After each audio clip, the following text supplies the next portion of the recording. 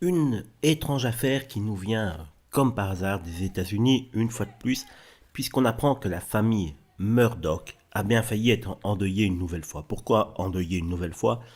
Parce que la mère, âgée de 52 ans, et le fils, 22 ans, ont été victimes d'un double meurtre le 7 juin dernier à Islamton, en Caroline du Sud. Et cette fois-ci, c'est le père, Alex, 53 ans, un influent avocat américain qui a bien failli mourir. En effet, le 4 septembre dernier, ce quinquagénaire a été victime d'une attaque par arme à feu sur le front. En effet, le 4 septembre dernier, ce quinquagénaire a été blessé à la tête par arme à feu sur le bord d'une route totalement isolée. Mais transféré en urgence à l'hôpital, il a survécu, il n'en fallait pas plus pour qu'on se demande si cette agression n'était pas liée à la première qui avait déjà emporté sa femme et son fils quelques semaines avant. Et donc c'était une histoire qui faisait énormément parler d'elle aux États-Unis, jusque quand on découvre un petit peu plus concernant cette drôle d'histoire. Déjà, on avait appris que le fils qui était mort dans la fusillade le 7 juin dernier avait été victime d'un accident de bateau en 2009 au cours duquel une jeune femme de 19 ans avait trouvé la mort.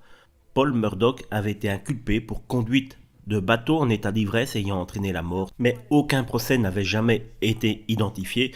Il n'en fallait pas plus que pour certains, y voient l'intervention de son père, avocat célèbre et influent, pour étouffer l'affaire auprès des policiers. Donc, quand celui-ci était victime d'une tentative d'assassinat, les rumeurs n'ont fait que enfler, et pourtant on était bien loin de la vérité. C'est bien Alex Murdoch qui a programmé sa propre mort. Et il l'a fait car il était accusé de malversation financière par son cabinet d'avocats. Et donc il a organisé lui-même cette attaque avec un ancien client à lui, Curtis Edward Smith, 61 ans. Il a expliqué simplement aux enquêteurs lui avoir donné une arme et lui avoir ordonné de viser la tête. Pourquoi a-t-il fait cela? Pourquoi a-t-il organisé son propre suicide?